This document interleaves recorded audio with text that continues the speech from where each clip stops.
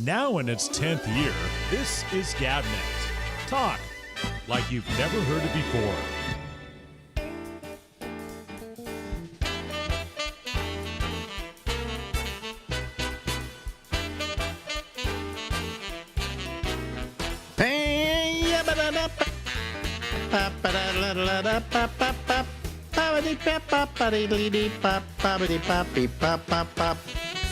Hi, everybody.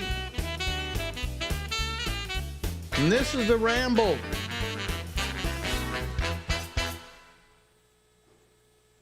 Ladies and gentlemen, that's Mike Chisholm. He's all the way up there in Canada in his little environs of his Letterman podcast. We didn't mention the last time. Where can they find you with the Letterman podcast? This is all stuff Letterman. Yeah. He has no other life. What? No, that's right. Very little, if any. So you can find us on the YouTube, the Letterman podcast, and on the major podcast platforms, Spotify, Apple, and other various ones that I'm not really aware of, but apparently we exist. Spotify and YouTube include the video version, and a lot of the time our guests bring I'm a big show and tell guy. I'm a collector, as you can see. The set is all Letterman stuff. There's one of the bridges from Late Show right there behind me and whatnot. So people will bring items. They'll have show and tell items. Actually, Jeremy Weiner, a writer for Late Show for a long time, he had a box in his attic that was all from Late Show, and he knew that there was stuff in there, like a pencil that had gone to space and come back and had it. We actually did a show and tell episode where he opened the box and went through things real time with me, and there was some really cool stuff in there. So the video version is probably better. So Spotify and YouTube is the place to see that. Yeah. Okay. And he also collects old microphones. I do indeed. I went to buy one of those just for the hell of it, just to have it, because it's hard. That's the mic I started with, that and the DX44. Yep. Which was I don't know how to describe it. Yeah. And those were the two mics. So those were the only two mics you ever found in a radio studio, right? Mm-hmm. But that one usually always wound up in the control room as a mic that was on a stand, while the others were in like a studio where you might do interviews and stuff, and they had the same kind of stand on them, but they were different. Yep. And they both operated pretty much under the same principle, and I don't know how the capsule microphone came into existence over the other one, but they had two versions, and you got one of them. So I went to see how much they would cost. They cost a fortune. Yeah, like $5,000. I mean, really, I thought, just for the hell of it, I want one of those. Yeah. And $5,000? Yeah. You know. Yeah, it's crazy. So. And the one that Dave had on his desk for years and years and years is actually a fun story behind it. So he had the microphone that he had at late night when he went from the Diamond 1 to the 77. And then he had the 77 forever. And that 77 was that particular one could go back, and it had lineage to Jack Parr. And so Dave had that on his desk and they stole it from NBC and brought it to CBS, and he had it on his desk. And in 1996, they switched the set from the original Late Show set that they came in to CBS with to the one with the bridges. And the reason why that change was made. Tell me. They went from standard definition to widescreen. I think they were maybe prepping for it. No, that's why they in 96 already they were doing high def. When they built that big set was when they went high def, and Dave was late into getting into high def. Yes. And when they changed the set over to the bridges, you might be right. They probably were thinking about high def at that point being the one of the catalysts for it. But they also had to build everything wider. The window was not as wide as the window was later because of the wide screen. They had to adapt to it. Yeah. And I loved when Late Show moved over to high def. It just looked shiny and beautiful, from the opening credits to the camera shots around of Dave coming into the scope of the theater. Yeah. I love that theater. I know it was tough for some people. Some people prefer Dave in a television studio, but man, when he was in the Ed Sullivan Theater and he was firing on all cylinders and home there, what a cool place to be, and what a cool place to highlight in high definition. It's just beautiful. Everybody ever went to that show in the Ed Sullivan Theater? I had people. I would send people over I knew because they. Oh, I want to see David Letterman. So I'd call Shecky and say, "Can you do it?" Letterman did not like to have people in the studio who were there because somebody got them in. He didn't like that. Yeah, and also, well, the audience, like, oh my gosh, we've had David Kay on our show. There has never been a show before or since that has been so meticulous in audience selection, having the right audience, certain people allowed to see, certain people not to be, certain people, okay, you can be in the theater, but don't be an eye shot of Dave because he doesn't like seeing people that he knows. He didn't want any executives. And definitely no executives. Opening night, the executives were in the bar that actually does have a tunnel that goes underneath it to the secret entrance from that bar. But all the executives for the opening night of Late Show were in that bar beside the Ed Sullivan Theater. They did not want executives in there at all. Vinny Favale had a very, very cool position. One of the very few people that could walk between both worlds. When I then wanted to have a friend go over there, they could, and Shecky could get me the ability for them to go over there, but they had to sit upstairs. Yep. And they used to complain to me, I don't want to sit upstairs. I want to sit down in the front row. And I went, no, you don't. That's the best seat in the house, up on the balcony, because everybody else is the stage is being covered by cameras. Absolutely. And personnel. So if you're in the front row, you didn't see anything. No, a month before Dave retired, I got a chance to be there. And for those who are listening, you're not going to be able to see this, but that's a picture of me and Dave interacting with each other. That's me in the front row, and that's Dave making fun of me to Paul Schaefer. And I'll tell you this, I was so happy to have that seat for the show because the monologue happened right in front of me. And a month before he retires, not only did I get my interaction with him, that was cool. You know, he did a callback to it on the air. That was amazing. But the fact I got to spend, you know, that 7 or 8 minutes sitting there watching Dave do his monologue a month beforehand, but then the rest of the show I saw nothing. Like you're exactly right. The rest of the show, John Travolta comes out, Amy Schumer comes out, and at the desk, I'm literally doing this. It's being blocked by cameras, yeah. Everybody thought that was the best seat in the house. No, it's the worst seat in the house. Best seat in the house, front row balcony. Front row center balcony. We went and saw Colbert when I came out for Rupert's retirement in October. The night before the retirement party, we got to see Colbert guest at CBS, and we got to sit front row center for Colbert, and it was a fantastic experience. You got a bird's eye view of everything. It's all right there, and it's beautiful in there. So yeah, I totally agree with you. Front row of the balcony is the best seat. Yep, absolutely. So I mean, that's what we're talking about. Anyway, let me just do something here. I want to just change. There we go. Okay, there we are. Anyway, I wanted to ask you this because I think that this is worth discussing. Let's discuss all of the late night NBC shows and CBS shows. Yep. And start rating them. Okay? Yep. And I will start with one that nobody ever mentions when they're talking about the history of late night. Okay? And that is Broadway Open House with Jerry Lester. Yeah. That was the first Tonight Show. It wasn't called The Tonight Show. It was called Broadway Open House. And it was basically, it was a variety show. Yep. And they had one woman who was very famous on the show. Everybody made jokes about her, everywhere in the media. And her name was Dagmar, and she had the largest breasts on television. And Jerry Lester, he was a guy who came kind of out of burlesque, Yep. And it was a variety show. It didn't do that well. It did okay, but that was the first show. I don't know if we can rate that because, how do you rate something that never had a predecessor? Yeah. I mean, as iconic in the sense of beginning an industry or whatever. But again, the first guitar player Doesn't compare to Jimi Hendrix, but he's still the first guitar player. He's still the first guitar player, but also you have nothing to compare him to. Correct. You know. Yeah. It's like I said. People said, "Well, how was sex the first time you had it?" And I said, "I don't know. I never had sex before that, so I had nothing to compare it to." There you go. Anyway, but then we get to Steve Allen. Yes. Where do you put that in?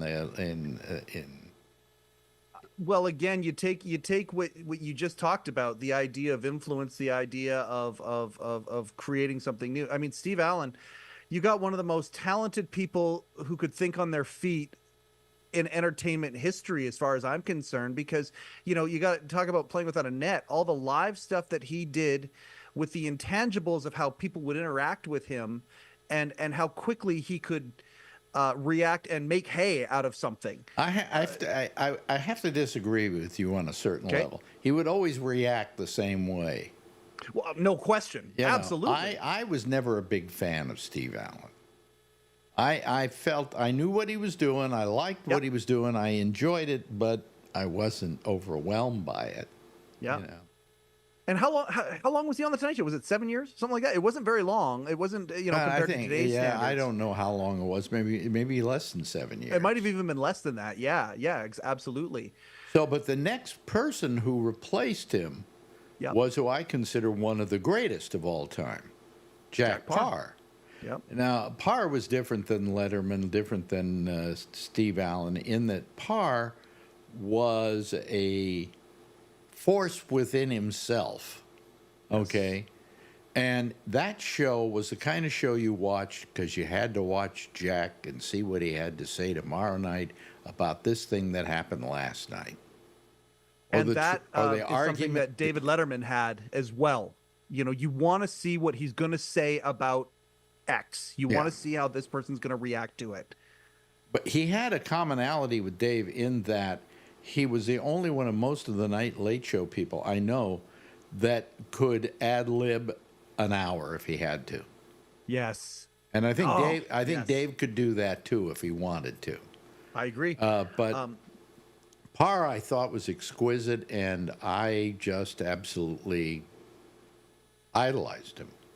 So one of my favorite conversations I've ever had with a human is talking about Jack Parr. When I had Mr. Dick Cavett on our show, and we talked about Dave. We talked about all sorts of things with Dick, but listening to Dick talk about his reverence. I love for you Jack saying Parr, listening to Dick, but go ahead anyway.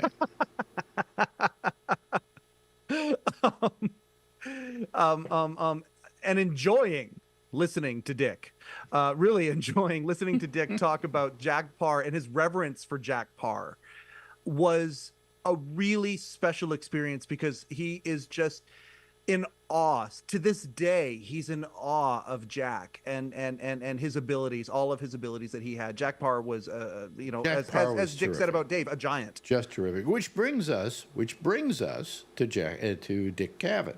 Yeah. Now, Amazing. you apparently like Dick Cavett.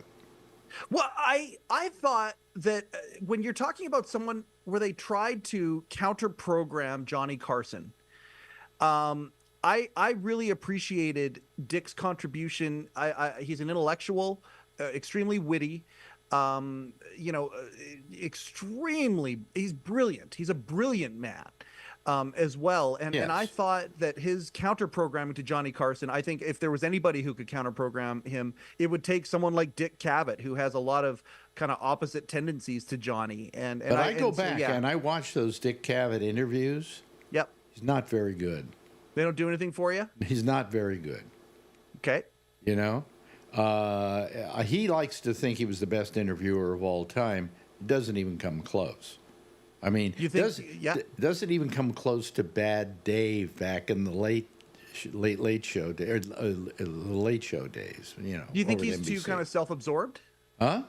Do you think he's too self-absorbed? No, I think he's too in awe of the people he's interviewing. Okay. Well, that might be one of the reasons why I like him, because I have a little bit of that myself. You know, but that impinges upon you doing a good interview. Yeah. Because then you're deferring to the guy. Anything he says is the funniest thing anybody's ever said. Anything he has to say about the world, he's spot on. you know.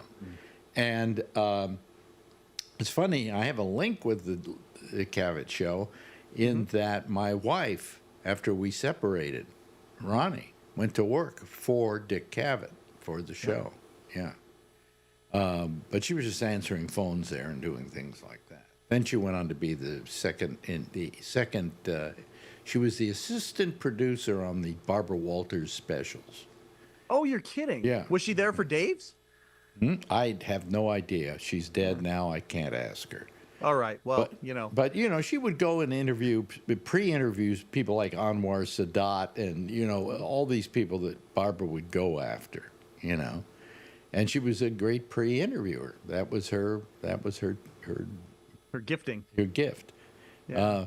But anyway, the point I'm making is I was never a big fan of Dick Cavett. I just felt for some reason he fell short. The only place he didn't fall short was that he was a great comedy writer. Yes. He wrote great jokes. I think the greatest joke I ever heard him say on his show was there was a strike on the Long Island Railroad. And the trains were moving so slowly that the commuters got so mad they took a conductor and tied him to the tracks, and the poor guy damn near starved to death. Yep. That's a perfect Dick Cavett joke. That's a perfect Dick Cavett joke. That's the other perfect Dick Cavett joke is, New York is so dirty that when it snows and kids make a snowman, they use marshmallows for the eyes. That was another one. I mean, I think he's the one that actually came up with Here They Are, Dolly Parton. I think he's the one who came up with that. Yeah. I have a great appreciation for Mr. Cavett. But as a writer, he was terrific. But as I just didn't think he was that good. Okay, so now we go on. Well, now we got Johnny. Well, now we have Johnny. Yeah, we got Johnny now. Johnny was a master of what he did. I have no question about that. Was he good? I think he was terrific at what he did. As one broadcaster looking at another broadcaster, boy, does that guy have some chops. Yep. But every night the show was exactly the same.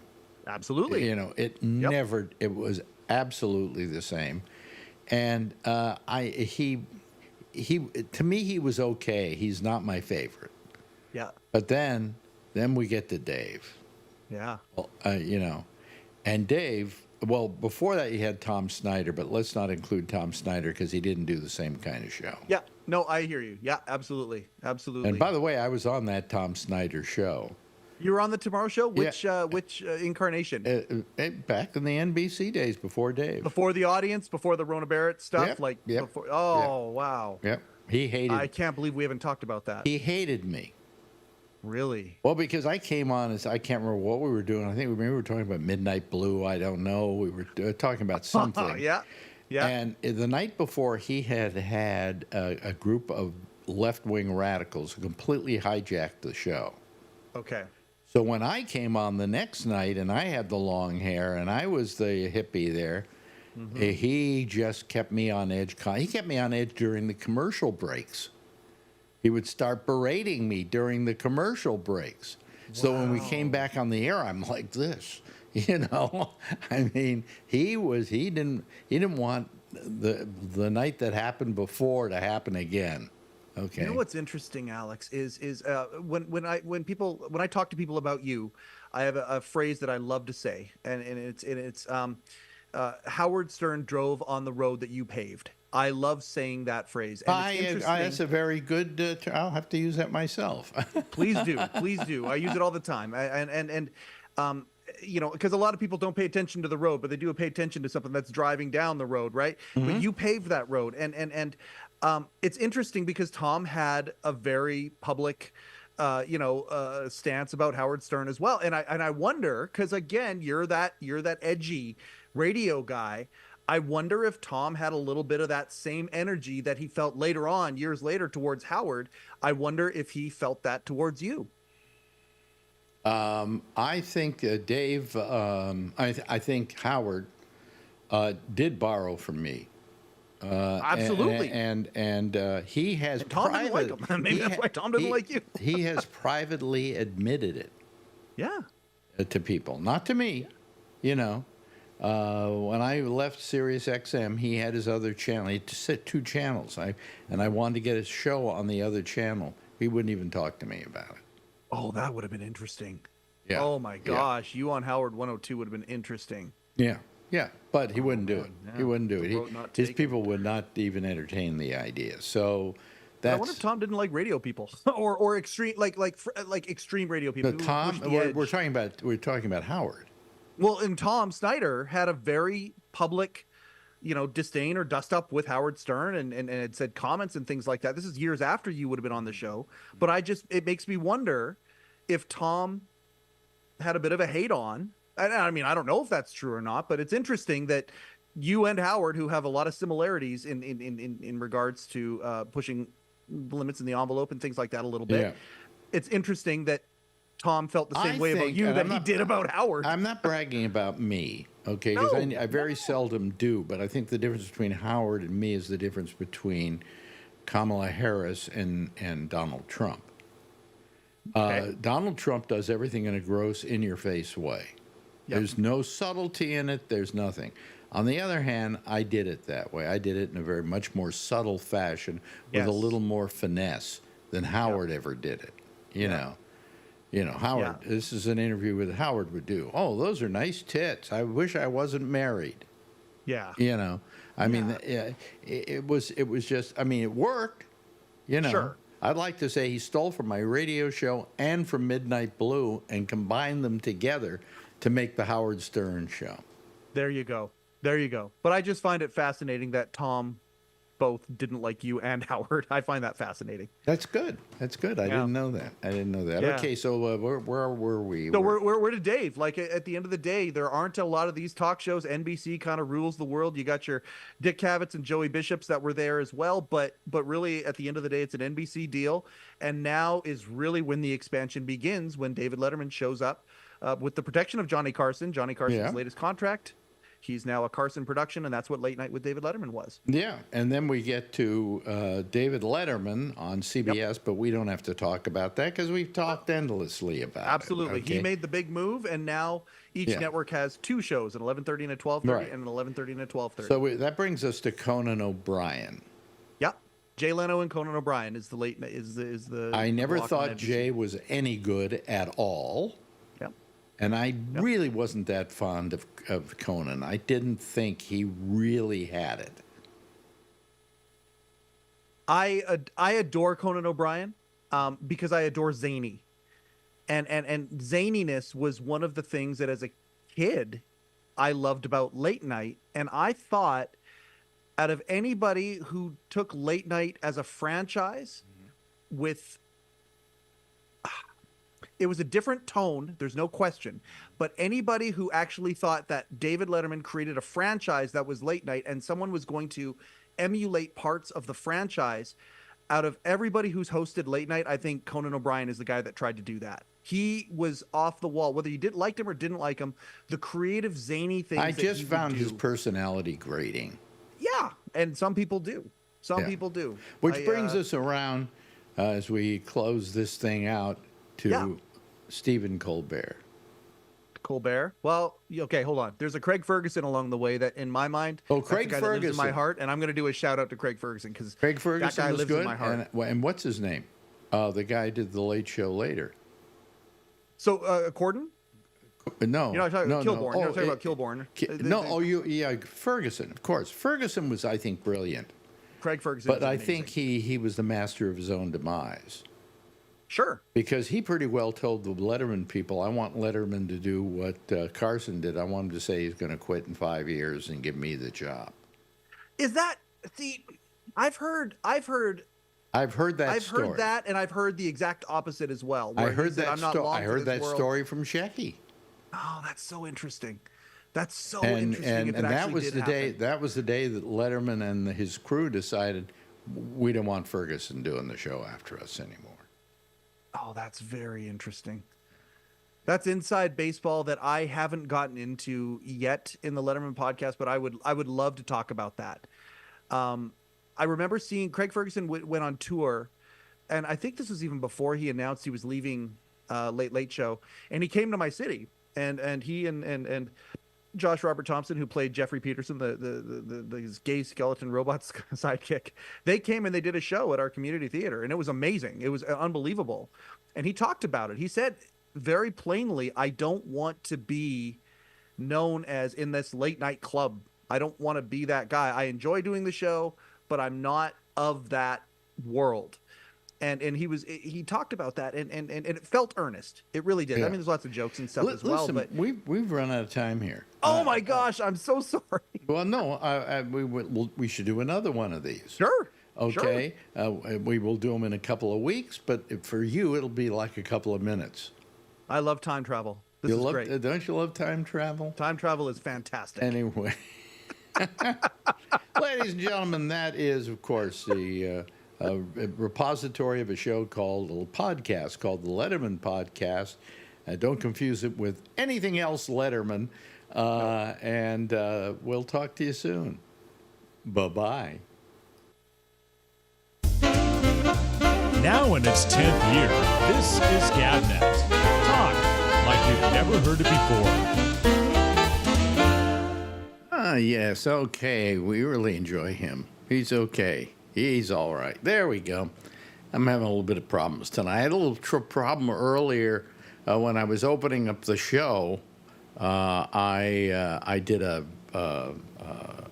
tried to talk and I didn't hear myself in my earphones, but it's because I had something turned off here, but it was going out anyway. So I don't know whether some of you heard me or didn't hear me, or it doesn't matter. What the hell? We don't care. Anyway. Nothing works right anymore, you know. But I'm still learning this board, by the way. This board I bought has got a lot of stuff in it, and I just don't understand all of it. Wait a minute, let me just get rid of somebody here. There we go. Okay, we get rid of them. And then we admit all of these people here. Here we go. Here we go. Here we go. There's Jeff, and there's Charlie, and there's Brian Neary. There's Brian Neary. It's kind of his table there, but we haven't got him there yet. Jeff, let's see your head all the way. Yeah, you're doing fine. You're not. You're just talking to us, and we hear you fine, and that's good. Great. Hello, everybody. How are you? So we were all waiting for. We were all waiting for what's her name, Kamala Harris, to be interviewed by somebody, and she was tonight. They had her over on CNN in what I thought was a very mediocre interview, primarily because the interviewer themselves was very mediocre.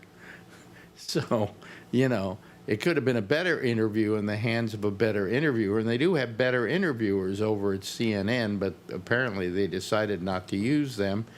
Instead, they used Dana Bash, I think it was, or Dana Bash, or whatever, Bash. And it was, it was okay. What did you think, Charlie? You watched it, didn't you? I didn't watch it. You didn't watch it? Why didn't you watch it? I don't watch CNN. Well, so you I'll don't watch the highlights on YouTube. I'm sure they'll be all over. Yeah, but the highlights are going to be kind of like, I prefer to watch it as they're doing it so I can hear what goes before it and after it. The highlights are just going to grab part of it, you know. So anyway, I really wish that Zoom, that Zoom would allow me to remove somebody and then say, do not allow them to sign back in, but they don't have that feature. And so consequently, this guy just keeps asking to come on and come on and come on. I'm not gonna let you on, okay? So don't even try. All right? And don't try under phony names, because I'm not gonna go for that either, right? And here we go. We'll remove you again, and I'll do it a couple more times, and I'll just let in whoever wants to come on this program, come on this program, except for this guy. Anyway, where are we? Oh, I haven't put all my people on there. See, I'm out of it. I'm gone to a fare thee well. So you didn't see the interview, right, Charlie? No. So No, I didn't. so I can't ask you anything about it. How about you, Jeff? Did you watch it? I watched part of it, and then it was so exciting, I started falling asleep. Yeah, and that was the fault of the interviewer, Yeah. don't you think? Let's see here. Now, Alan Munn. No, I don't believe in you either, so I'll remove you. Just don't try. You just keep trying. This guy is just a pain in the ass. This is the reason I sometimes think about stop doing this show, is because I just don't want to have to put up with this, you know? It says, this is Adam Mum. Adam Mum. Boy, that sounds like a real name, doesn't it? You know? Well. Never heard of him. No, I never heard of him either, and it doesn't sound like a real name. At least the guy could try for real names, you know. But anyway, did you watch it, Brian? No. What are you talking about? The much awaited for interview with Kamala Harris by somebody. Yeah, What? Pam No, enjoyed it. Get Pam on. Come on. Yeah. Come on, Pam. Come on, guys. No, well, Pam, we would really like to get your opinion, because you apparently watched it and Jeff fell asleep or something. Jeff you fell said. asleep. Did he I actually? liked it. I like her. I thought she did what she had to do. Yeah. I mean, yeah, that I no, agree. she wasn't perfect. She'll get better. She hasn't done a lot, I think, but she didn't fall apart. Well, no, I think where the fault was with the interviewer. She was terrible. No, she's just blah. But that's who she Well, is. no, what right? happened is she would go after something. Like, for instance, Walls was avoiding a lot of stuff. There was one question they asked him about, and I didn't know this, that he had been charged with drunk driving or something, and what did he have to say to that charge? And then he, like a good politician does, he answered every other question in the universe except I that wouldn't go one. there if I didn't get. Yeah, no, that's fine. I would do that. Well, too. I hold that Haven't against. we all had drunk driving now? I was gonna say, how many people out there have some kind of drunk driving? over I've the never been years? arrested for drunk driving. But Yeah, then I- again, I've very rarely ever been drunk. So, you know. Maybe he'll get some more votes that way too. You never know. Yeah, yeah. But I I mean, think it was a long time ago, but I don't know. Yeah. but whatever. all I'm saying is that he could have answered that question. He could have said, hey, that happened a long time ago. I regret it. You know, you just own up to it. That's all you have I to agree. do. Just own I up to agree. it. But that's like a lot of politicians. They're just afraid. No, but you just say, Yeah. okay, you know, yeah, I got arrested for drunk driving. It was something I shouldn't have done. I did it many years ago or whatever, and I absolutely regret doing it and apologize for ever having done it. And then you defang the whole question. But he didn't even and answer that's that gone. question. He didn't even answer it. He kept avoiding it. I think she asked twice. Oh, no, I thought he did great with the IVF, though. I mean, they're bitching at him that it was not in vitro fertilization. He and his wife used some other kind of. Who cares? Who cares? I I don't mean, know. basically, it was. Yeah. So If- he's like, hey, we just did what we had to do, and we support that, and our opponent doesn't. So I Yeah. don't know. Let's go. It was a way of having a kid without the benefit of having sex, you know.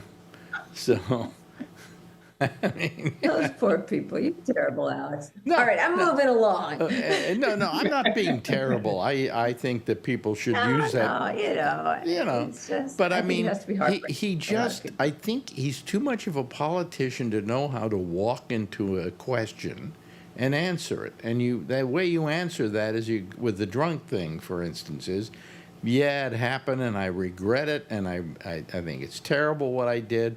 and it's never happened again. So obviously, I learned You know my what lesson. happens? Then the Republicans have like a sound bite on them, and they're going to play it on 52 ads Well, all over the country. so you know, that's. let them do it. You know, I big know. deal, big deal. They gotta decide what they gotta do. Well, but, I there's think- a reason that people aren't always candid either. I think the problem is with people who are running for office, play it too safe.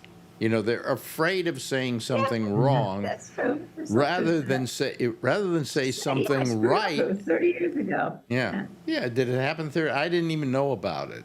So I don't know. I think it was a long time ago. I do not know when it exactly happened, but it was a while ago. I'm I sure it believe. was longer than anybody can remember. Okay. And I'm So sure that I kind of think I heard about it did 10 you years ago or something like. you hear about it? What, I- Charlie Finn? Somehow I thought I heard about it. Well, you know, I'm gonna go if through many this is years. the I'm gonna look worst, at my phone. I'll let you if know. this is the worst they can get on this guy, okay, Exactly. then I'm sorry, I'm still going to vote for him. You know, I mean, If I'll Trump, bet if Trump Trump and got Vance arrested, have DWIs on. yeah. Trump doesn't drink. I don't think he ever drank No. because his but if Trump brother like had a was DUI, had a big it would have drinking been problem. Wait, it'd be a beautiful DUI. It was the most beautiful DUI anybody ever had. anybody ever had? That's funny. Yeah. There has never been a DUI like my DUI. It was a perfect DUI. Yeah. And Trump I never drank, done I drugs drove, either. and I got pulled over. Yeah, well, you know, I mean, they just don't. They don't. You know, it's amazing. Okay, let me put it that way. You know. So anyway, yeah. Let's see. Let me just remove this guy one more time, and then I'm not going to remove him anymore. He can just sit there and wait for me to do nothing. Okay. Okay, it was 2006 Yeah. when he got arrested. It doesn't say he ever got convicted, so I don't know if he pled out. I don't know what he did. But it says 2006. 2006 20 is years ago. almost 20 years ago. Yeah. Yeah. That's what I kind of. He was Yeah. 31 years old. He was driving pretty fast, 96 and a 55 zone. Oops. Now, who of us has Did he come failed close? the sobriety test. My question is, did he come close to killing anyone? And if he did, was it a Republican? That's right. You know. Alec. He did plead. He pleaded to a reduced charge of reckless driving, a misdemeanor, and he paid a $200 fine. Okay. Bargain. Yeah. You know, and he never got stopped again, obviously. You know. Not that we know of. Yeah. So, Yeah. All right. big deal. Change the Big name. deal. So you own up to it. You say, I did a lot. It happened a long time ago when I was 31. I should have known better. I didn't, you know. And I learned my lesson. Yeah. Yeah. Does the vice president have to drive anymore? No. No. No. He says he no longer drinks alcohol. Yeah, Yeah. Then he should say, you can make me vice president and I'll never drive drunk again. never drive again? Yeah. Yeah, don't worry about me. Yeah. Right. All right. You're that's all not. I've got I for don't tonight, think. guys. Oh yeah, you're not allowed to drive if you're president or vice president. No. Because I remember that Seinfeld was doing this comedians in cars getting coffee, Yes, I Yeah. know that too. and he was They going did the to. Corvette in the White House. All they could do was drive around the Oval, you know. And then he said, "Do you want to drive the car?" And he said, "I can't because they won't let me. I can't drive a car." So for 8 years he never could drive a car. Meanwhile, he had a fancy car. He had a Corvette. Corvette, yeah. Oh no, Biden had a Corvette. Biden. Yeah, but I'm talking about Obama. And yeah, Oh, and Obama said they never let me drive. I can't drive a car. They just won't let me. That's why I don't want to be president, because I can't drive. Yeah, wouldn't that be terrible for you? You know, you love your little cars. You love buying those. It's, I had to take the keys from my grandfather, and I drove him around though after. But I'm just like dreading the day that I'm like counting down the years, going, oh my God, how many more years am I going to be able to drive? Yeah, well, I'm not driving anymore. I stopped driving. Not that I had to, but I just don't trust myself driving anymore at my age. I mean, probably I could get in a car and drive okay, probably, but I ain't taking the chance. And I have to pry the keys out of my cold dead hands. well, you like driving, right? Oh yeah. I love driving. I mean, driving was one of the great pleasures that I had, and I would go just about anywhere, but I never had a problem with a car, But I think that now at this age, I think maybe I would not be as good as I was. Okay. Well, the other thing is, my business manager, who's now, what is he? I think he's 70. He's rather 88. Doesn't drive anymore.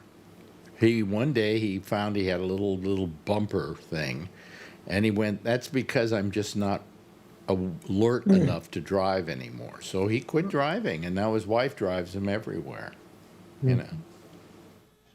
I think the other part is that you may not find once you actually drive is so much difficult, different than the way the cars were driven 10 years ago. Why is it different? I mean, I know that you have different you have different electronics and so on in it, but We're on the highway, and it says 55 miles an hour. Okay? Mm-hmm. You see people going by 85 all the time. Yeah. Yeah. So it's the way people are driving now that's driving you nuts. Well, my friend Shecky kind of stopped driving a lot because he said it wasn't him, it was all the other people on the road that were the problem. They're just crazy. It's absolutely it. Yep. What's happened to drivers? I mean, what's the mentality out there that suddenly has made everybody a terrible driver? I don't know. I think part of it is, I think a lot of people can actually figure out when the police are on the highway. And we somehow pick it up and know it's time to slow down. Well, I mean, what were you going to say? But I'm not talking about emotionally. I mean, technically, they can figure it out. Yeah. When I commute and I see people flying through traffic, I see people going through traffic. If I look over there to see the person, a lot of times they're younger, and a lot of times they're just somebody you look at, they don't just care. They just keep going. My thing is they cut somebody off and they cause an accident while the guy who cut them off just keeps going, Yeah. Yeah. So, I don't know. I just don't know if I have the ability to drive anymore without, with any kind of. I imagine I could. I mean, the idea of getting behind the wheel of a car and then going out on the highway kind of scares me now, I just drove to Chicago and back, and I had a great time. I used to love driving. Driving was one of the great pleasures that I had, I used to drive and of course Brian will know about this, in the back roads of Marin County. I love the back roads of Marin. But I didn't have watermelon to eat while I was driving, but I drove in Australia. Actually, I have some watermelon in the refrigerator, even as we speak right now, and he almost makes me want to run out to my refrigerator and get that watermelon. Yeah, it's good. Oh, is all watermelon seedless now? I guess it is. Yeah, but they still have the little seeds. They still have little seeds. They say seedless, but they have little seeds. Well, they have those little white seeds, but they're quite digestible. But what I'm asking is, if you have seedless watermelon, where are the other watermelons going to come from? It's all chemicals, all juiced up. You saw the pictures of the chicken 1950s, a little tiny scrawny thing, and then the chickens like in the 80s, and the other chickens now, they're all like juiced up. Yeah. Yeah. The stuff we eat is so bad for us. It's so bad for us. Well, where can we eat the good stuff? Where can I get me a good chicken? Do I have to go to a chicken store, a poultry store or something? Where they'll chop the chicken's head off right there and you take it home and it's warm? You know? I mean, I remember there was a place here in Manhattan, down on the Lower East Side, that you could go and actually get yourself a chicken. All with the feathers on it and everything, and then they would like chop the head off, and then they would de-feather it, and then they would put it in a bag for you, and you'd take it home and you put it out, and it was warm. It was still warm. Yeah. You know, but I don't know that you can buy chickens like that anymore. I don't know. In New York, you certainly have a lot of kosher places. You should be able to get good chicken. But I don't know, kosher chicken. What's a kosher chicken? I don't know. More expensive. One that was circumcised in I know. birth, It's a chicken that doesn't eat ham. right? or, right. Or a chicken that was circumcised or something like that. You know, on the West Coast, we're having listeria outbreaks here. Watermelons and cantaloupes are warning people. Well, they have listeria here too. Yeah. Yeah, and we also have let's see here, the mosquitoes are going crazy. We got the Nile virus, you know, but they've sprayed. They the other night they sprayed my entire neighborhood, and we've got a swamp down the street called the Harlem Mere, and they spray that, you know, and they get rid of the mosquitoes. They kill the mosquitoes. For a day or two. Remember the med flies? Oh yeah. Remember they used to come. I remember we lived in Redwood City, and the med fly. Everyone had to go inside, and they cruised around with the planes spraying for med flies. That's right. I remember that as kids. They did that, Yeah. when we were kids. Yeah. Well, when I was a kid, at least. Yeah, med flies. I They remember just that. did developed airplanes when I was a kid. Huh? Huh? I said they just developed airplanes when I was a kid. I don't get that. I'm getting old. Yeah, but I still don't get the joke. There is none. There is none? Okay, There is good. I'm no glad joke. you felt the same way, Jeff, because I couldn't. Well, there is no joke to it. It was just a little bit funny to me. I teased other people about, you know, I said, oh, you know, did they have planes? Did they have cars when that happened? But now that I'm getting older, I'm in the same book, in the same place, too. You know, some kid asked me the other day, he says something about my age or something like that. He says, you look 50. I said, thank you. And he says, did they have cars when you were a kid? I said, I don't know. Did he I didn't really drive say it that? Did he Yeah. really say that? Yeah, you know, except for it was in San Francisco, and the next thing out of his mouth was, do you have a glass pipe? I broke my pipe to smoke some more meth. These methamphetamine guys, some guy came up to me one time, a few years ago, and said, you're fat, old, and ugly. And I said, you know, I can fix all that. You're just killing yourself with this methamphetamine shit. You know, yeah. Well, meth is no good for you. That's bad stuff, right?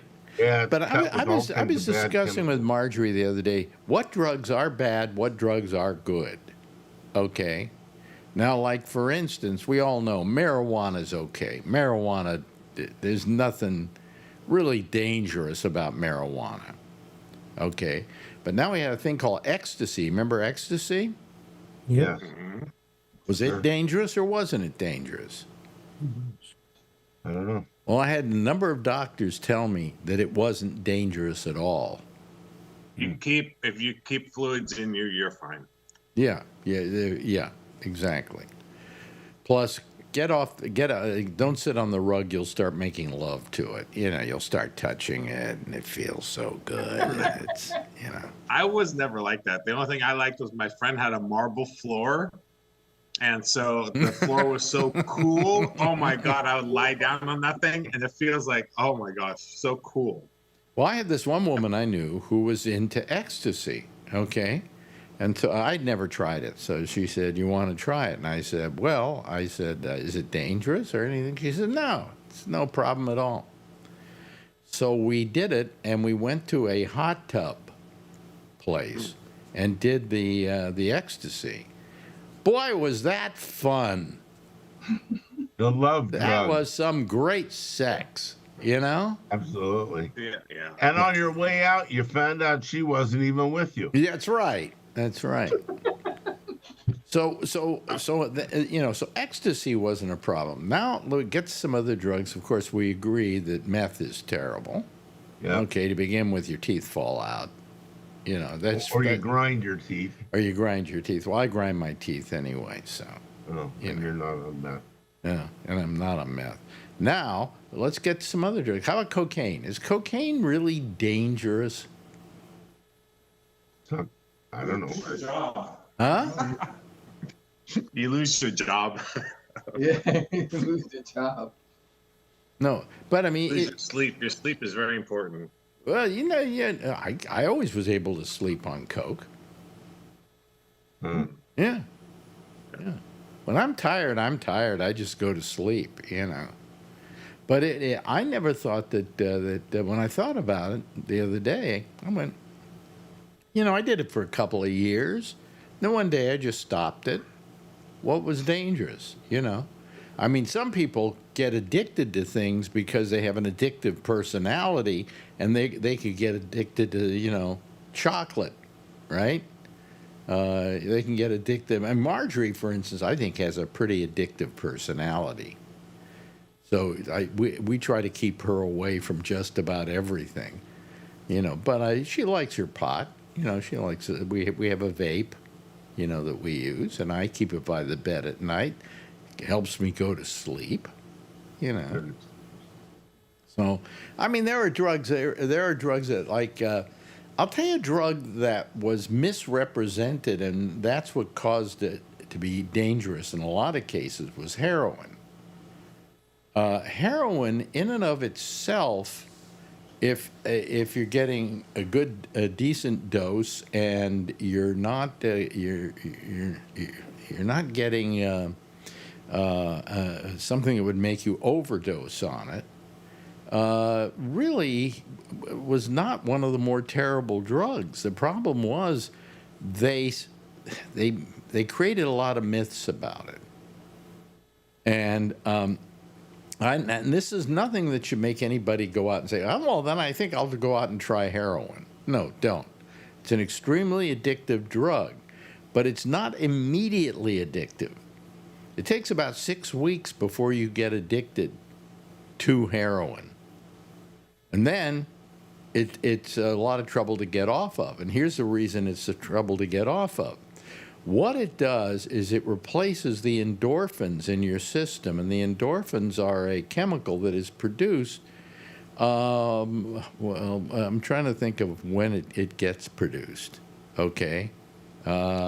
It gets produced, for instance, if you're runners, when they run, they get a runner's high, and the runner's high is endorphins.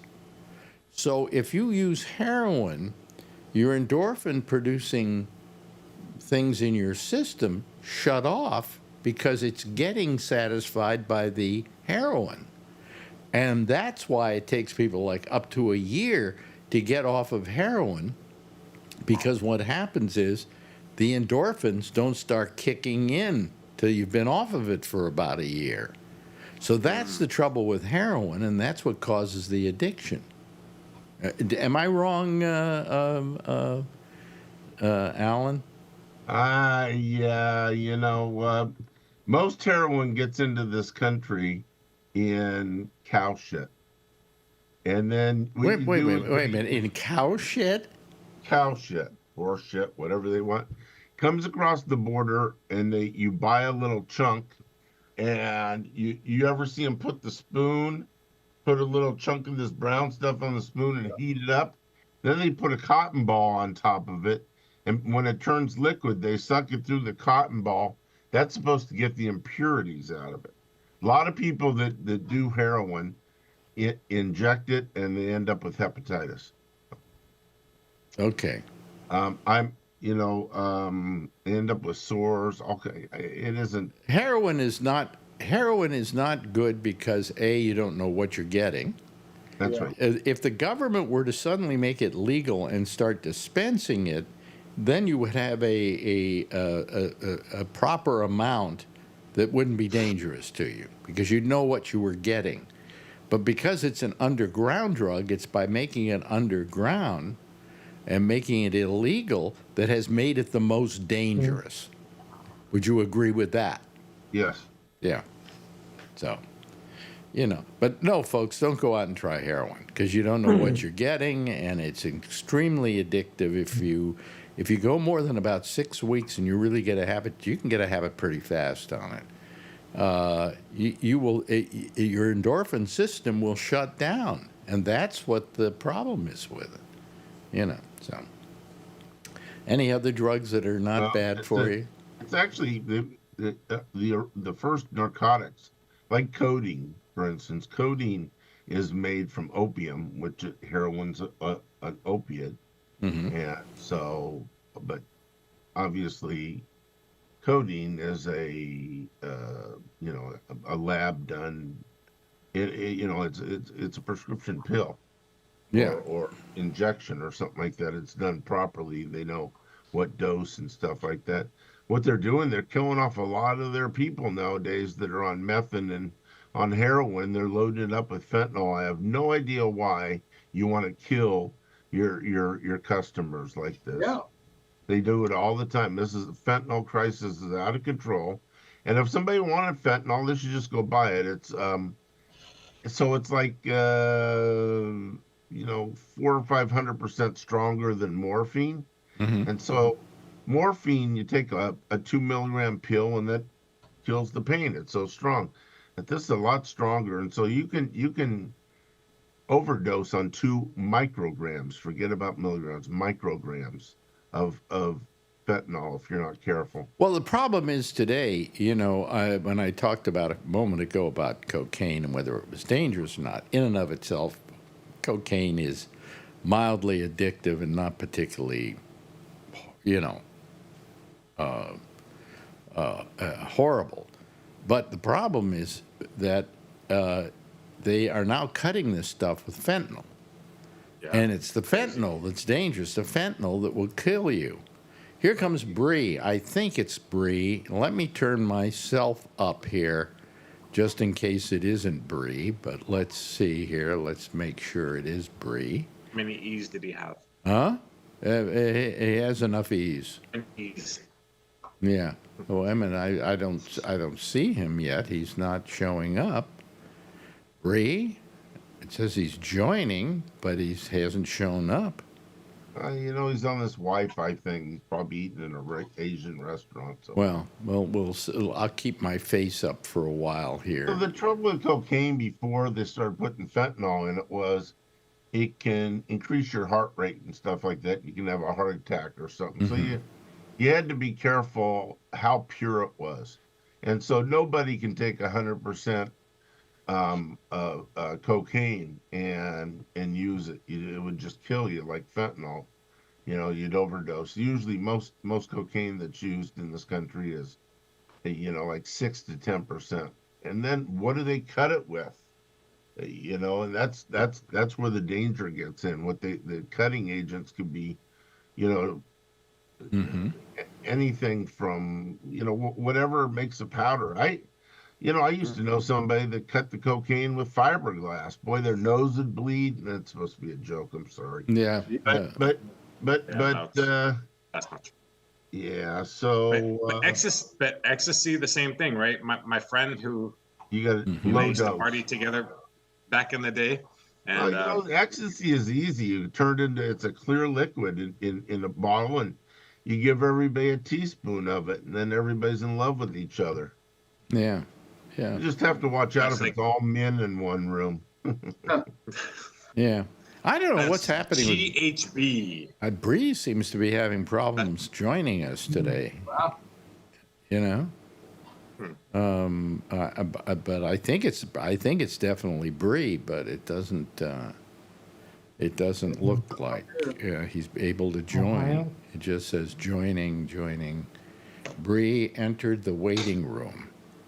Here we go. We admit him again, but nothing. He's having all kinds of trouble. So I don't know. I think I'll probably get rid of him. Oh, there we are. There's Bree. Bree, are you there, Bree? Let me just turn my face on here for a second, Bree. just to make sure that we get Bree on, and it is Bree. It doesn't. I don't think it is Bree. I don't think it is. Huh?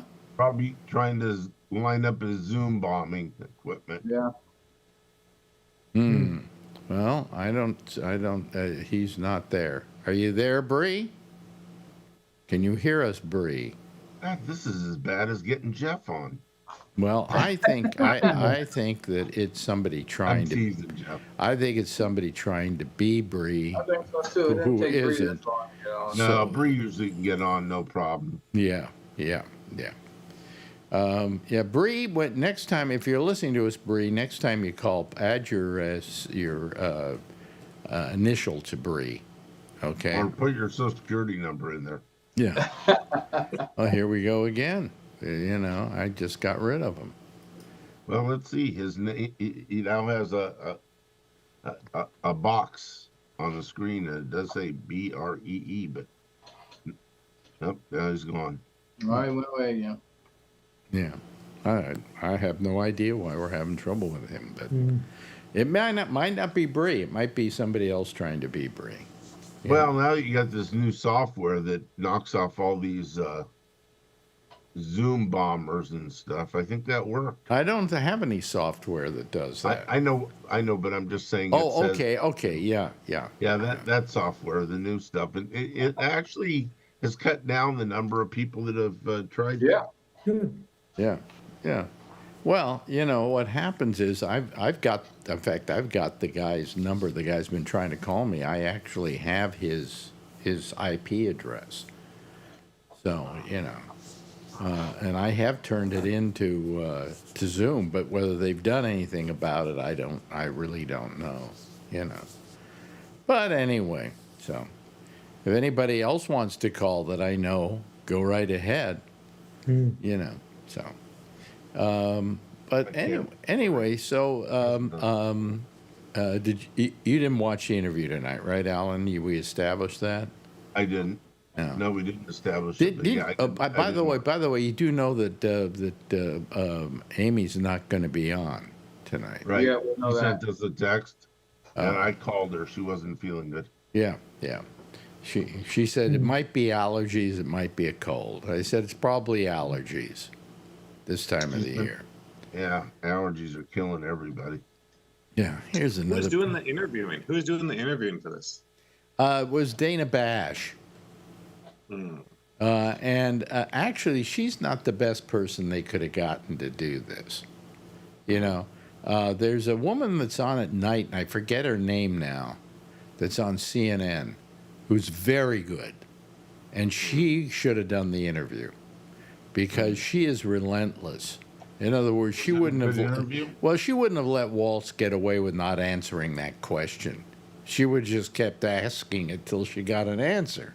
Yeah, I haven't seen it, so I don't know what that. Well, I don't know what it is with these people doing interviews, but there's an art to interviewing, and one of them is that you're relentless, and that you keep asking a question until somebody answers it. You don't let them get away with not answering the question. Right. Especially if it's a fact, it's not something that they're trying to stir up. It's something that it happened, and somebody's going to have to address it one day, right? Somebody else is going to bring this up. Yeah, but especially since he didn't answer it. So. But what you do, and it's very important, is you keep asking the question. You don't let them get away with not answering it. Yeah. Well, now we've got Ray. Sure.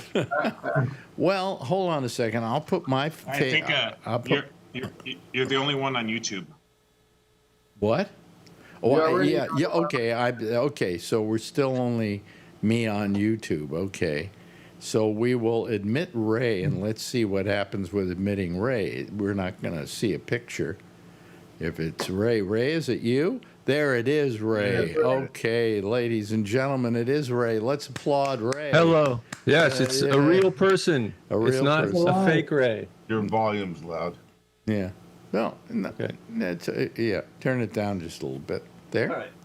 How you doing, Ray? Oh, I'm doing well, thanks. Did you see the interview tonight? How's that? No, I didn't. Nobody saw the interview. Nope. Oh, then what did I watch it for? Mm-mm. Fill us in. I watched it because I figured all you people would call up and go, "Did you see the interview, Alex?" And I wanted to be able to say yes. Are you talking about your interview before this show? No, the interview with Kamala Harris No. on Oh CNN. no, I didn't. Oh no, and no, I didn't see it. You With undoubtedly Coach? missed. No, You undoubtedly missed my interview with Kamala Harris. I did. I did. Is my volume okay now? Yeah, your volume's okay. Okay. Yeah. All right. I'm not going to complain about it. Yeah. All right. How you been, Ray? We haven't seen you in a while. Yeah, I'm okay. You know, I went to Yellowstone for a couple weeks with my Wonderful. wife. Yeah. God, they were gorgeous. Weeks. Yeah, and yeah, I can't complain. Yeah. So you Couple weeks. Wow. Yeah, Really? That's about a lot week of and a time. half. Week and a half. Really? But I also visited my nephew in Jackson, Wyoming. Yeah, but what were you doing? What were you We're doing? Did you go up there in a camper or something like that, or did you? No, my a friend of ours has property there, and she has a friend, and we stayed in a house in Gardner, Montana, which is right outside of the west entrance, I think, to Yellowstone. I believe this is Bree. I believe this is Bree. Let's see here. I'm They just had, gonna. they had a big explosion of water there from one of the things. Is that still closed off? Like a month ago, a lot of people got burnt and stuff like that from one of the. What are you talking about in Oh yeah, one of the geysers exploded. Right. No, it's not. I don't think it's closed off. But yeah, Okay. yeah. Yeah. Guys, I couldn't think of the name. In July we go. that happened. I saw that geyser. Yeah.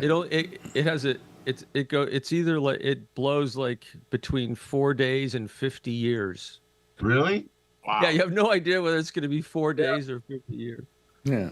Hey, there's Bree. Okay. I Were you stood right were you next to having it. trouble There you go. getting on, Bree, a few moments ago?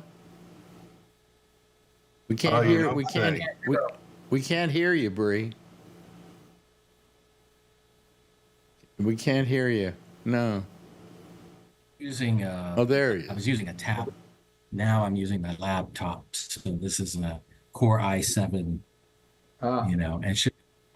Yeah. Anyway, but now you got on. Okay. We've had some people try to get on tonight who aren't the genuine article, and so when you suddenly you weren't able to get on, it was making me wonder whether you were really Bree.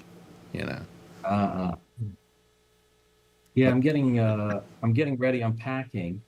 I'm going to go up to Da Nang, Vietnam tomorrow. Why are you going Ooh, to? Da Nang. What are you going to Da Nang for? You know, I've been to Hanoi and I've been to Saigon. I've never been to Da Nang, and I see it in the tourism ads every once in a while. So I thought It is. I gotta. Yeah, it's like South Beach, Miami. When you drive Oh, down really? there where the beach is, and Okay. when I was there the last time, they were just finishing up some of those hotels along the beach. You go there like at 5 a.m. Go to the beach at 5 a.m. when the sun is just coming up, and it's full of all the locals. And then they watch the sun come up, and then they shower, and then they go to work. They exercise out there, and they go to work. It's You crazy. want to know something? Yeah, you gotta be careful. Isn't that tsunami time? Isn't it amazing that in my lifetime, I've seen us go from a nation that was at war, in a very just bloody war, okay, Yeah. to a place everybody wants to make a destination as a vacation spot. Yeah, I had It's- friends who just toured there last month, and it was a shame that our timings didn't cross. But yeah, they also went from Hanoi to Saigon. Yeah. Yeah. And So it's, what makes it like South Beach? all the hotels they have lined up there, the road, okay. all the road on where the beach is so clean. Oh, okay. And and then the beach is so beautiful. And then, yeah. I've been to South Beach. I was trying to figure out because there certainly weren't a lot of Asians in South Beach. So I was trying to see why it was like it. So, okay, I get There's it. a lot of Asians in Da Nang, for sure. I'm sure that was my point. That was my whole point, yes. Yeah, but I mean, Okay. isn't it amazing how in our lifetime? I mean, hell, how long was it when the war was going on there? For crying out loud! 60s, Huh? 70s. Well, 70s. well, I mean, since it started with France, and then we Yeah. took over. It Yeah. was France in the 50s, Well, and I then know we it's took France, over, yeah. and then we took over in the late 60s, Right. and it went till 74, I think. Right. Yep, you're right. Well, actually, it went longer than that, but we stopped the draft in 73 or 74, and then everyone was out by like 76 or something like I that. think Yeah, it's 75 is but when we had the big isn't it helicopter amazing taking that off on the Yeah. roof. the places that we won, these towns you're talking about, that were, these were war zones. Okay, Yeah. we now talk about as great destinations. China money. China. Is it China Well, money? we go to Yeah. Japan all the time. Now, let me Those are ask the ones you: that stay is west. where Bree's head is, the bridge that's on one side of him, that dragon bridge, actually flames come out the mouth at nighttime, and that bridge is so beautiful at nighttime. It's a river that goes through Da Nang. The water is so calm, and then all of the buildings there that have the lights going on, you see the reflection. I have so many pictures of that. So beautiful. Wow. wow. Then you Visit got all Asian the- girls everywhere. So But do you it's a win-win. think What's wrong with that? Yeah. you think 1 week is okay to stay there? Depends on how many girlfriends you want. Oh, hand bridge. Oh, sorry. And then up on the top, the hand bridge, that's up in the hills, in Bennett Hills. That Ah. you take a tram, and it just goes on forever. You go up there, and it's like a whole different town up there. And they have this hand bridge, the Golden Bridge. Yeah, That's clever. So that's a whole day at Bennett Hills. Yeah. So Yeah. what are the hands made out of? Are they actually supporting? It's all stone or something. Yeah, it's stone or something. Wow, that's neat. Yeah. Yeah. Do they use US dollars or the Vietnamese dong? I was with my ex, so it was Vietnamese dong. 'Cause they had okay. all money. So Yeah, because I haven't been there in maybe 10 years. I was in Hanoi in 2016, I think. So 8 years. Yeah. You're So it's making been it a sound while. like a wonderful place to go for a vacation. Oh, yeah, it is. Yeah. Yeah. I don't want to go single though. You don't want to go single? No, I may come back with like 3 wives. Yeah, really. I have a friend of got the a same friend problem I who do. is. Now, is that I have a because friend they of a they friend. all convince you to marry them? No, because they're all cute and they don't know that they're cute, because they just think that they're like all over the place, so. So I had a Vietnamese girlfriend when I was in my 20s, and I said, you're really beautiful, and she said, well, so are you, and I went, yeah, right, whatever. And she says, do you know that Americans think we're exotic, but we think Americans are exotic? And I thought, wow, that's okay.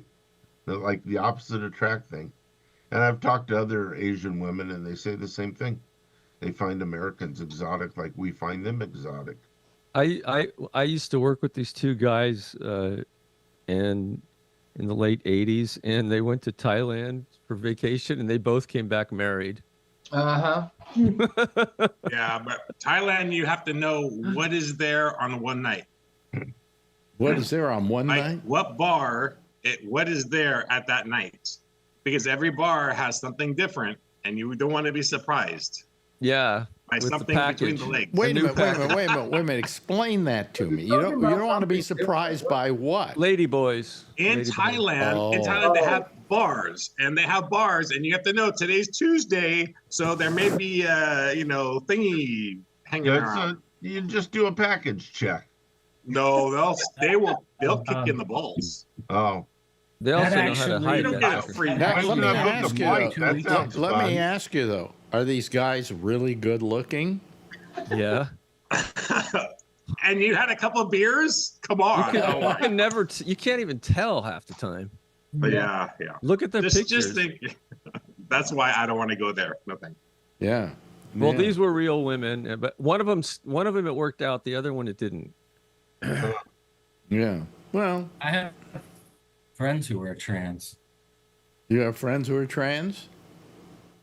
Yeah. Yeah, I had some friends who were trans Sure. too. I mean, you meet them all the time in Southeast Asia. They're fun. A lot of times they're good at pool. They like to drink. I don't think I've ever met a trans that had like a bad personality.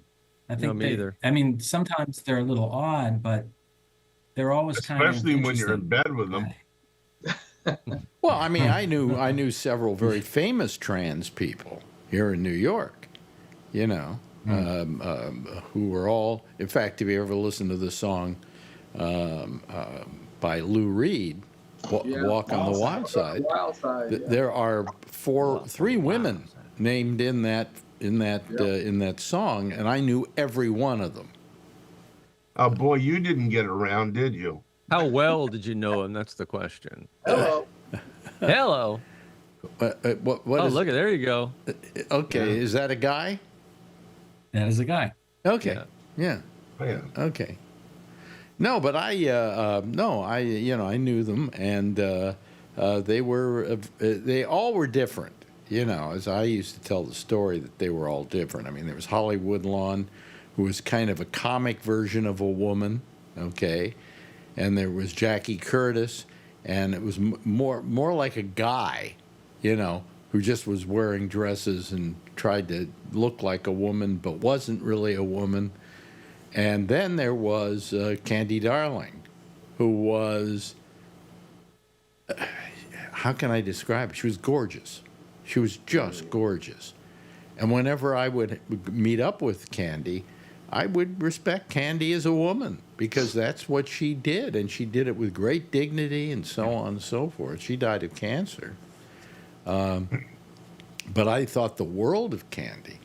So, you know, I knew some of the great trans women or trans guys of all time. And none of these trans, by the way, none of them had converted to women. They remained guys. None of them had the surgery. Yeah. None of them had the surgery. Yeah. I have a good friend who became a woman. I don't know if he ever got the surgery. He wanted to, but he couldn't afford it, and I haven't talked to him or she now. I don't know. Well, if she has it. trans many times just enjoy being trans and don't want to be a woman. You know, they don't want to lose the package. I know that, for instance, Holly Woodlawn, at least, and Jackie Curtis got laid all the time. Women were just crazy about them, and they were crazy about women. So in spite of the fact that they looked like women or dressed like women, they weren't gay, you know. Yeah. And being trans didn't mean you were gay either. That was another mistake people made. But let's get back to how sexy women are in the Middle East, okay? Yeah. In the Middle East. Middle East, excuse me, in the Far East. In the Middle East. In the Middle East, you can't tell because their face is covered. Yeah. Oh, you They can. all look like camels. The comedian says that because of like the whole Vietnam War, he said, yeah, maybe one day we'll be thinking all these Iraqi girls are so cute, and you have a guy who only likes Iraqi girls and all this stuff. Yeah, in the 70s, we had that. There were a lot of Iraqi girls at the University of Texas in the 70s. Well, a lot of them have dark skin, and so around here we have a lot, as Brian knows, here in the Bay Area, we have a lot of Middle Eastern people and stuff like that, and sometimes they get hit by kids or stuff like that. Well, have you noticed that by all the what's the term I want to use? The mixed breed now here in this country. Yeah. How beautiful the women are getting. Yeah. Oh, I yeah. mean, absolutely ravishing. I mean, you can't tell what country they're from anymore, but man, they're gorgeous now. We have much more gorgeous women today than we ever had when I was growing up. Yeah, for sure. For sure. I went to lunch today with our friends. They're Chinese, and they came into San Francisco, where they started, and stayed there for a long time, and ultimately came to Connecticut. And What a change. I have to say, I have never seen so many beautiful women as I saw in Wyoming and Montana. Oh, really? Wow. Oh Wow. my God, everywhere. You're going to the wrong places. You know Bree. where I saw the hottest group of people in my life? Hold on to your seats, guys. The Republican convention. Yeah. Really? Yeah. Well, they're all virgins. No, no. They weren't. Yeah, right. They were. I'm telling you, these women were like. I went with Albert Reynoso to the Republican convention here in New York City, and we sat there and we just went. These are the most gorgeous women I've seen in my whole life in this country. Why do they do this and they're Republicans? And I said, probably to get even with us, you know?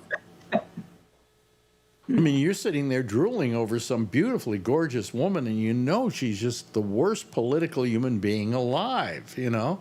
Yep. But it's What do you kind of say like, about Marjorie Taylor Greene. huh? She's gorgeous. She's just gorgeous, Marjorie. She isn't until she opens her mouth. Marjorie, I mean, No, every no. Neanderthal guy just thinks she's really hot. No, the other lady. What's the other one? Bobert? well, Lauren actually, Bobert? I would have sex. I would have Bobert. sex with Marjorie Taylor Greene to make her feel bad about herself. Yeah. But you got to give her a ball gag first to shut her up. Ugh. But Bobert's pretty hot too. Robert's pretty hot. Who was the one that? And she smokes weed. Who's the one that was giving a hand job during Yeah. That was during? Bobert. Was Bobert. that Bobert? Yeah. Yeah. I watched a movie with her. She's a hottie. Yeah. Well, why do they have to be? You know. Yeah. It's kind of like you know. It's kind of like if it was World War II and there was like a Nazi woman and I found her hot, you know, I would feel very guilty. I would feel. Yeah. Especially after you got done with her and she Democratic didn't women. do it. Yeah. But you know. But anyway, so you're going on vacation then, right, Bree? Basically. Yeah. Yeah. It's the national day here this weekend, Yeah. and then it will sort of extend into next week. A lot of people will sort of chill out, so that's Are you where still I'll in go. Malaysia, Bree? Yeah. How And, far? I had a- What's the plane flight? How long is the plane flight? That's a good question. I didn't really check it. It's probably two hours. That would be my guess. Yeah. Wow, that's awesome, man. I love And that. how much does it cost? Okay, if you book in advance, which I didn't do because I just decided yesterday, I was going to go back to Thailand, but I'm kind of tired of it. So if you book in advance, you can get it for about $150 to $200 round trip. Really? But I didn't do that. So Wow. Because yeah, I mine's just gonna cost booked a about flight to $300. I've booked a flight to Paris just the last couple of days for November. All right, and what is it? They're charging me. Well, we're doing premium economy. and they're charging us $1,500 a piece. Hey, Alex, I'm going to Paris next Okay. week. Really? Yeah. How much is your flight costing? I don't know. My wife bought it on this French airline called B that we always take. It's cheap. Oh, okay. Well, Yeah. I mean, I'll have to do that. Hey, I got to play the theme here. Yeah. Yeah, the program is over with, folks. It's Geschwinkto. I want to thank Jeff for being here tonight. Always a pleasure, Jeff. And I want to thank the lovely and attractive Charlie. What does your shirt say? Come to the math side. We have pie.